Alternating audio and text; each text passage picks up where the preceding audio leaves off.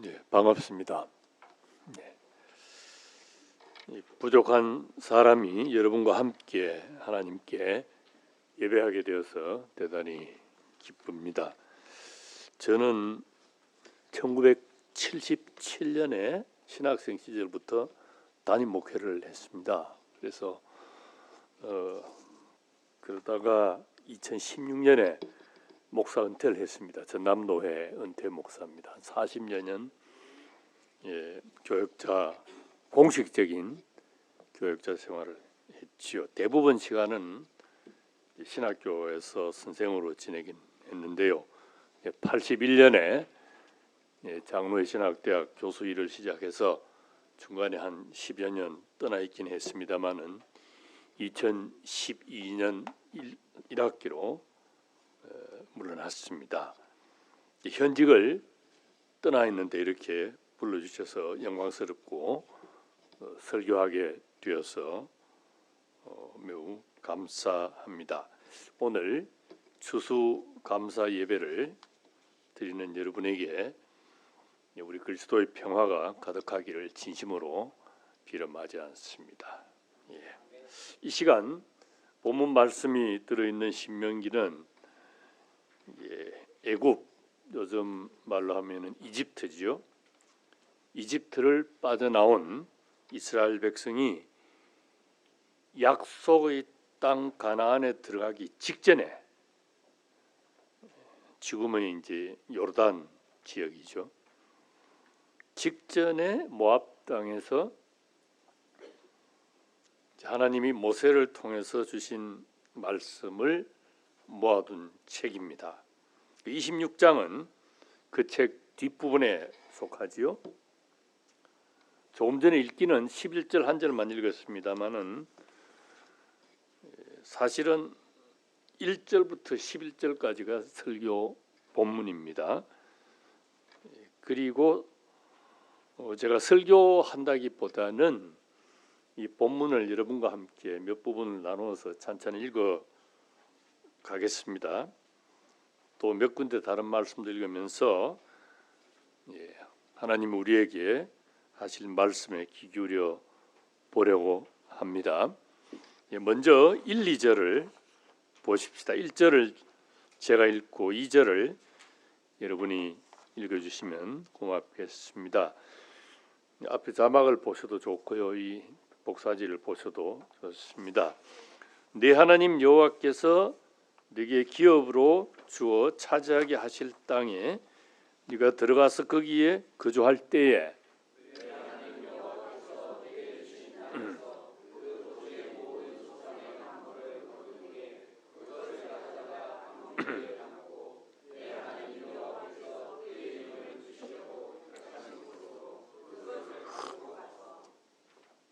여기에서 말한 사람 모세입니다. 이 모세는 이스라엘 사람들이 가나안 땅에 들어가서, 아직 들어가지 않았거든요. 들어가서 농사를 지을 텐데 그 첫 열매를 거둔 뒤에 어떻게 해야 하느냐를 가르칩니다. 그러니까 이 본문은 결국 이스라엘이 가나안 땅에서 맞이하는 첫 추수감사절을 어떻게 지켜야 하는가를 알려주는 말씀이죠. 신명기 26장에 따르면 이 추수감사절은 너무나 우리가 잘 알고 있지만은요, 첫 열매를 거둔 직후에 지키는 것이 좋다는 것이지요. 그러니까 추수 다 끝낸 다음에 지키는 명절이 아니고 첫 열매를 거두어들였을 때, 우리 한반도 같으면은 한가위 때 추석이 그런 시기입니다. 우리가 보통 양력 9월 중순부터 가을 거지가 시작된다고 보면은 지금 11월 하반기는요, 첫 열매를 거두어서도 한 달 이상의 기간이 지난 때죠. 거의 이제 추수가 끝난 때지요. 그러니까 첫 열매 만물을 바치는 추수감사제로는 약간 차이가 있습니다. 예. 그런데도 우리나라 교회에서는 1904년부터 보통 11월 셋째 주일을 추수감사절로 지켜왔습니다. 이것은 미국 선교사들이 처음으로 한국에 들어온 때를 기준해서 그 때를 기념하려고 했기 때문이라고들 합니다. 다른 한편으로 추수감사절을 하면은 우리나라 교회에서는 미국의 추수감사절을 떠올리죠. 영국에서 미국 땅으로 건너간 청교도들 1621년 10월에 처음으로 곡식을 이제 거두어 드리고서는 추수감사절을 지켰다고 합니다. 그런데 이제 링컨 대통령 이후로는 11월 넷째 일요일이 아니고요, 목요일을 추수감사절로 지킨다고 하지요. 아무튼 추수감사 예배를 드리는 우리가 맨 먼저 기억할 것이 이것입니다. 추수감사절은요, 원래 농사절기라는 것입니다. 농사절기. 그냥 감사절이 아니고요, 추수감사절입니다. 요즘은 농업이 산업에서 차지하는 자리가 보잘것없어 보이죠. 농사 짓는 사람 수가 얼마 되지 않습니다. 더더구나 우리가 이 서울 한복판에서 추수 농사하면은 전혀 실감이 안 나지요.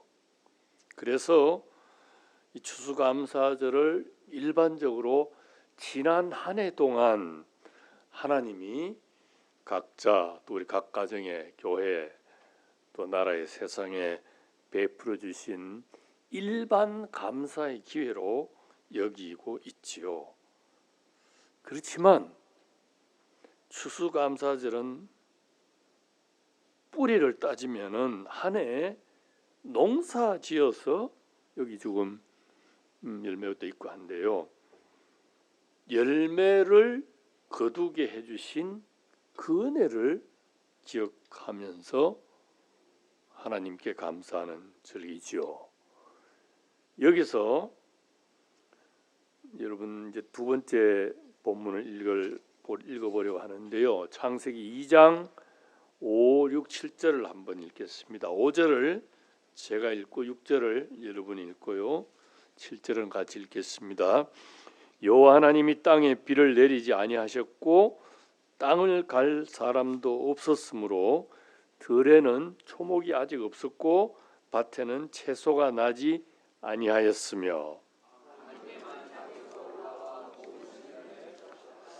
여호와 하나님이 땅의 흙으로 사람을 지으시고 생기를 그 코에 불어넣으시니 사람이 생명이 되니라. 이 말씀을 보면요, 하나님은 땅을 갈 사람 곧 농사꾼이 필요해서 사람을 창조하신 것처럼 되어 있습니다.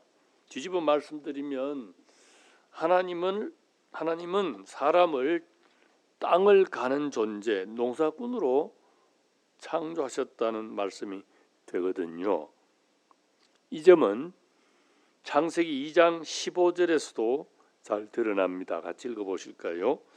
여호와 하나님이 그 사람을 이끌어 에덴 동산에 두어 그것을 경작하며 지키게 하시고, 하나님은요 처음 사람 아담을 에덴 동산에 데려다 놓으시고는요, 너 아무 일도 안 해도 된다, 그냥 먹을 것이 넘치니까 놀고 먹어라, 이렇게 하지 않으셨어요. 일거리를 주셨습니다. 땅을 경작하고 지키라고 하신 것이거든요. 농사 짓는 일을 맡기신 것입니다. 요즘은 물론 농사라는 말을 넓은 뜻으로 쓰지요. 자식 농사 이렇게 얘기하지 않습니까? 서양 말에서 문화란 말, 뭐 컬처, 뭐 쿨투어 이런 말이 그 뿌리에는 라틴 말에 농사 짓는다는 뜻이 있습니다. 예. 그 모든 문화의 뿌리가 농사라는 것이지요. 그러면서 한편으로는 사람이 애써서 무엇인가를 만들어내는 모든 것을 그 농산일에 견주어 말하지요. 그렇지만 그렇다고 해서 추수감사절이 실제 땅을 갈아서 먹을 것을 내게 하신 그 은혜를 감사하는 절기다 하는 점은 잊어버릴 수가 없습니다. 그래서 우리 그리스도인들은 추수감사절에 무엇보다도요, 꼭 농촌에서뿐만 아니라 도시에서도 하나님의 창조 질서에서 농산일이 매우 중요하다는 사실을 늘 새롭게 기억할 필요가 있습니다. 조금 전에 우리 읽으신 그 고백하신 그 사도신경 첫머리에도요, 나는 전능하신 아버지 하나님 그 다음에 천지의 창조주를 믿습니다 이렇게 나오지요. 창조 신앙에서는 농산일이 엄청나게 중요한 자리를 차지하지요. 존귀하신 여러분, 문화와 문명이 아무리 발달해도요, 안 먹고 사는 사람 없습니다. 먹어야지요. 그 먹는 것을 생산해내는 것이 농사지요. 아직도 인간의 식량을 화학 연구로서 만들어냈다는 얘기가 없죠. 앞으로도 없을 것입니다. 땅을 갈아서 먹을 것을 내는 일이 얼마나 귀하고 중요한지 생각해보지 않고 추수감사절을 보낸다면 이것은 뿌리를 잊은 추수감사절이 되지요. 그래서 추수감사절은 하나님이 우리에게 먹을 것을 주신 것을 감사하는 절기인 동시에 농산일이 얼마나 중요한지, 농사꾼들이 얼마나 귀한 분들인지를 다시 한번 확인하는 기회가 되지요. 농업, 농민, 농촌, 농촌교회를 잘 가꾸고 지키기로 다짐하는 기회가 됩니다. 우리 교회의 뿌리를 따져가면요, 모두들 농촌에서 예수를 믿어서 도시로 나오신 분들이거나 그분들의 후손입니다. 오늘 도시에 수십만씩 모이는 교회가 있다 해도 그 교인 한 분 한 분의 뿌리를 따져가면요, 다 시골에서 믿어오신 분들의 후손들입니다. 농촌 교회가 없었다면 오늘의 한국 교회는 없습니다. 둘째로 추수감사절에 우리는 하나님이 우리에게 농사지을 땅을 주셨다는 사실을 두고 깊이 감사합니다. 3절을 함께 읽겠습니다. 같이 읽으시죠. 그때의 제사장에게 나아가 그에게 이르기를 내가 오늘 당신의 하나님 여호와께 아뢰나이다. 내가 여호와께 우리 주시겠다고 우리 조상들에게 맹세하신 땅에 이르렀다 할 것이요. 자, 이스라엘 백성이 가나안 땅에 들어가서 농사를 지었습니다. 첫 열매를 거두었습니다. 그걸 들고 하나님 앞에 갑니다. 성소로 갑니다. 그 하나님께 예배하는 곳으로 가서 그 열매를 제사장에게 넘겨주며 바치는데 그때 입으로도 고백을 해야 된다는 것인데요. 그 첫 마디가 하나님이 이 땅을 우리에게 주셨습니다. 그렇게 고백을 해야 된다는 것입니다. 9절, 10절에도 같은 내용이 있는데요. 9절을 제가 읽고 10절을 여러분이 읽으시지요. 이곳으로 인도하사 이 땅 곧 젖과 꿀이 흐르는 땅을 주셨나이다.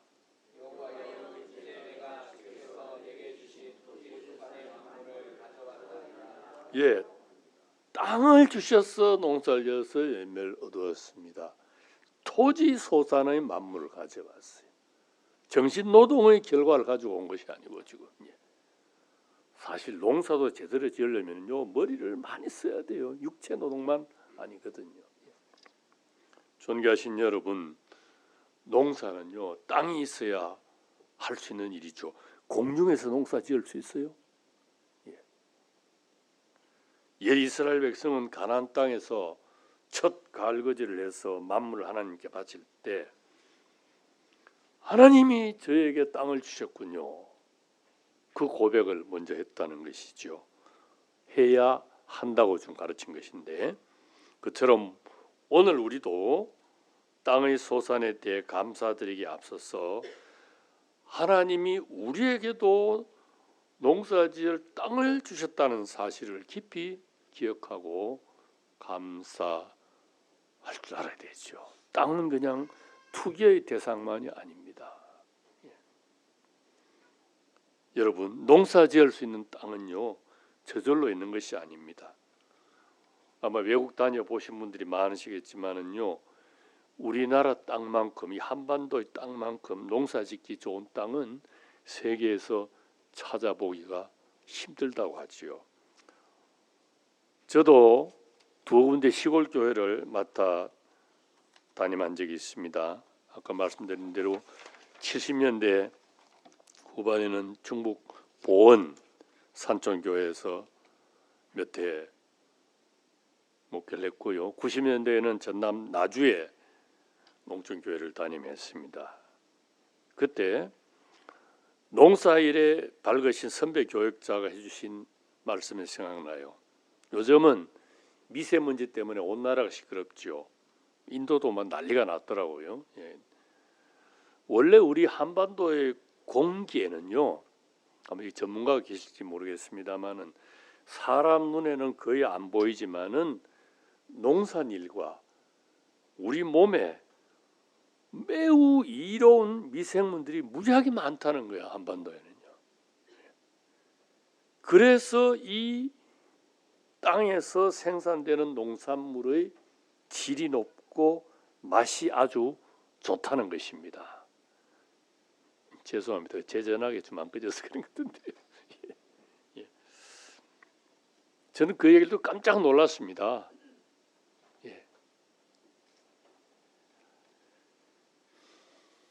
첫째요, 추수감사절에 우리는 추수, 그러니까 농사를 생각하고, 둘째, 농사를 지을 수 있는 땅을 주신 은혜를 생각하고, 셋째, 추수감사절에 우리는 이 땅의 이제는 폭을 넓혀집니다. 모든 생산이, 이 세상의 모든 생산이, 농사뿐만 아니라 사람들이 만들어내는 모든 것이 근본을 따지면 하나님께로부터 비롯된다는 사실을 기억하지요. 만물이란 말은요, 요즘 잘 안 쓰는 말이지만은 첫 것이란 얘기죠. 맞더라. 제일 먼저 생긴 거. 그런 뜻도 있지만은 다른 뜻으로는 가장 좋은 것, 베스트, 최선의 것, 이런 뜻도 있습니다. 첫 열매를 거두는 기쁨이 얼마나 큰가 하는 것은 텃밭만 갖고 보셔도 경험하시지요. 아파트에서 그냥 베란다에서 뭘 키워봐도 경험합니다. 그렇게 생산의 기쁨을 주신 하나님께 첫 것을 바친다. 가장 좋은 것을 바친다. 그것은 내가 피땀 흘려 지은 농사 또는 머리가 터지라고 연구해서 만들어낸 그 결과, 그것이 내 힘만으로 된 것이 아니고 오로지 하나님 은혜로 되었구나. 그 사실을 깊이 깨닫고 인정하는 것입니다. 스위스에서 시계를 잘 만들라 하지 않습니까? 시계 전문가가 이거 내가 만들어내서 그러기 이전에 하나님이 나에게 이렇게 할 수 있도록 해주셨구나. 가장 좋은 시계를 바치는 이제 그런 거하고 마찬가지죠. 현대인들은 인간의 생산 능력에 너무 자신만만합니다. 지금 여러 가지 혁명을 얘기하죠. 그래서 하나님이 모든 것의 원 생산자라는 중요한 사실은 잊어버리기 쉽죠. 특히 첨단 과학자들은 자신들이 하나님을 넘어선다고 생각을 하죠. 생명공학을 하고 뭘 하고요. 자기가 잘나서 잘해서 뭘 해낸 줄 알고 뻐길 수도 있지요. 노벨 화학상, 물리상 무슨 상도 많지요. 전문 학술지에 발표된 논문도 많지요. 실제 우리 삶을 엄청나게 편리하게 하는 것도 많습니다. 이런 것들 다 있지 않습니까? 그러나 하나님이 도와주지 않으시면 사람은 아무것도 만들어낼 수 없습니다. 이제 하나님을 믿는 우리만큼은 토지소산뿐만 아니라 우리 인간의 온갖 문화 문명도 근본을 두고 말하자면 하나님한테서 온 것이다. 하나님이 우리에게 허락하신 것이라는 사실을 분명히 다시 기억하지요. 그런 만큼 무슨 멋지고 놀라운 것을 생산해내도 하나님 앞에 스스로를 삼가고 겸손하지요. 사람의 본분을 넘어서지 않습니다. 이걸 잊어버리면요, 그 멋지게 발명해낸 문명이 세상을 망가뜨리는 무서운 재앙으로 변하지요. 넷째로 추수감사절에 우리는 지난날 하나님이 우리 개인뿐만 아니라 우리 가정뿐만 아니라 교회와 나라와 교회와 세상에 베푸신 구원의 은혜를 기억하고 감사합니다. 지난 역사를 기억하고 감사한다는 것인데요. 신명기 26장 5절에서 9절까지를 보면은 이 만물을 바치는 이스라엘 사람들이 길게 할 말이 또 적혀 있습니다. 5절을 같이 소리내서 읽어보겠습니다. 너는 또 내 하나님 여호와 앞에 이르기를 내 조상은 방랑하는 아람 사람으로서 애굽에 내려가 거기에서 소수로 거류하였더니 이스라엘 백성의 선조 야곱의 역사를 말합니다. 야곱은 뜨돌이였어요. 그러다가 엄청난 흉년을 만나자 온 집안 사람들을 이끌고 자녀들과 손자녀들, 정손자녀들을 이끌고 이집트로 내려갔거든요. 6절을 제가 읽고 7절을 여러분이 읽고요. 8절을 같이 읽습니다. 거기에서 크고 강하고 번성한 민족이 되었는데 애굽 사람이 우리를 학대하며 우리를 괴롭게 하며 우리에게 중노동을 시키므로 여호와께서 우리 음성을 들으시고 우리의 고통과 신고와 압제를 보시고 여호와께서 강한 손과 편팔과 건 위엄과 이적과 기사로 우리를 애굽에서 인도하여 내시고 무엇입니까? 이스라엘 백성을 이집트 종살이에서 벗어나게 하신 역사를 지금 하나님께 아뢰는 것입니다. 9절을 함께 읽습니다. 이곳으로 인도하사 이 땅 곧 젖과 꿀이 흐르는 땅을 주셨나이다. 이제 광야길을 거쳐서 가나안 땅에 들어와서 자리 잡고 살게 된 역사를 말하죠. 이처럼 이스라엘이 가나안에서 처음으로 추수감사절을 지낼 때 이스라엘은 그들이 가나안 땅에 들어와 농사 짓게 되기까지 하나님이 조상적부터 그들을 도우셨다, 이끌어오셨다는 그 은혜를 기억하고 고백해야 된다는 것입니다. 존귀하신 여러분, 오늘 우리도 마찬가지입니다. 추수감사 예배를 드릴 때 우리 각 사람, 개인, 가정, 교회가 지난 한 해 동안 하나님께로부터 입은 은혜를 기억하고 고백할 것은 물론이지만 지난해 이전까지 속업해서 역사 이래로 오늘 이르기까지 우리 교회와 이 땅과 온 세상을 하나님이 이렇게 도와주시고 이끌어 주셨구나. 구원의 역사도 죽어서 천국 가는 그 구원 이전에 이 땅에서 하나님께 받은 도움의 전 역사를 다시 기억할 필요가 있다는 것이지요. 그 은혜를 두고 감사합니다.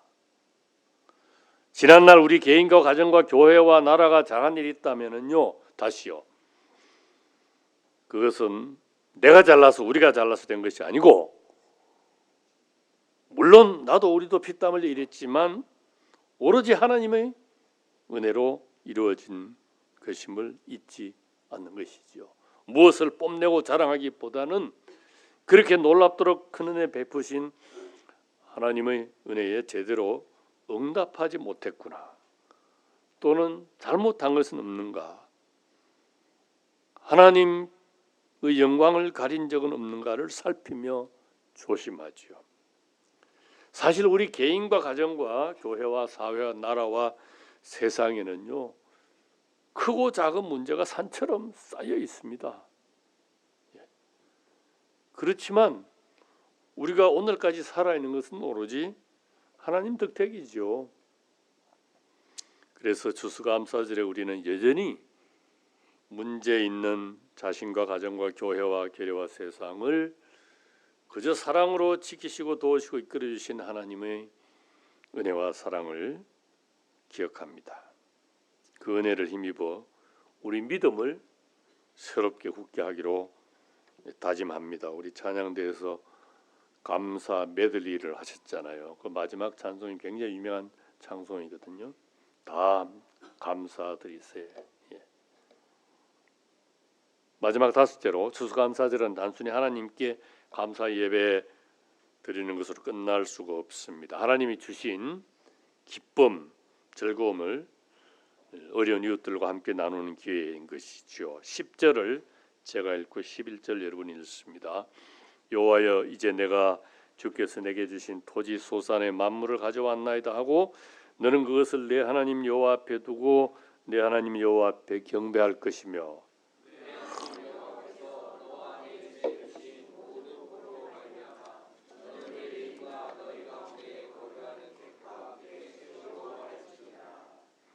토지 소산의 만물을 하나님께 바치는 이스라엘 사람은 먼저 하나님께 예배하지요. 하나님이 복 주신 것을 자기들끼리만 기뻐하고 좋아할 것은 아니라는 것이죠. 현대식으로 하는 말이 있잖아요. 그들만의 리그다. 저들끼리 그냥 좋아하고 즐기는, 그럴 수는 없다는 것이죠. 레위인과 나그네 같은 어려운 사람들과 즐거움을 나누라고 하죠.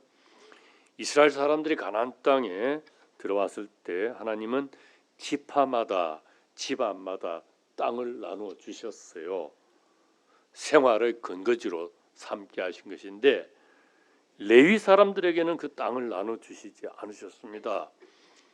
성소에서 봉사하는 것을 업으로 삼고 살게 하셨죠. 그래서 레위 사람들에게는 농사지을 땅이 없었습니다. 레위인들은 가난했습니다. 농사지어 열매 거둬들이는 기쁨을 누리기 힘들었죠. 나그네, 그저 여행하는 사람을 얘기하는 것이 아닙니다. 홍수나 지진이나 가뭄 등의 자연재해 또는 정치, 경제, 사회적인 박해나 어려움 때문에 정든 고향을 떠나서 물설고 나선 타향에 떠돌며 사는 이방인들을 가리킵니다. 요즘 말로 하면은 고향 땅에서 이런저런 까닭으로 살기가 너무 힘들어 우리나라에 들어와 일하고 있는 숱한 이주 노동자들, 결혼 이주 여성들에 견줄 수 있습니다. 이스라엘이 가나안 땅에서 첫 추수감사절을 맞을 때 이런 레위 사람들 나그네들과도 수확의 기쁨을 나누라고 하신 것입니다. 비슷한 말씀이 신명기 16장 13절 14절도 있습니다. 13절 제가 읽고요. 14절 여러분 읽으시죠. 너희 타작 마당과 포도주 틀의 소출을 거두어 들인 후에 이래 동안 초막절을 지킬 것이요.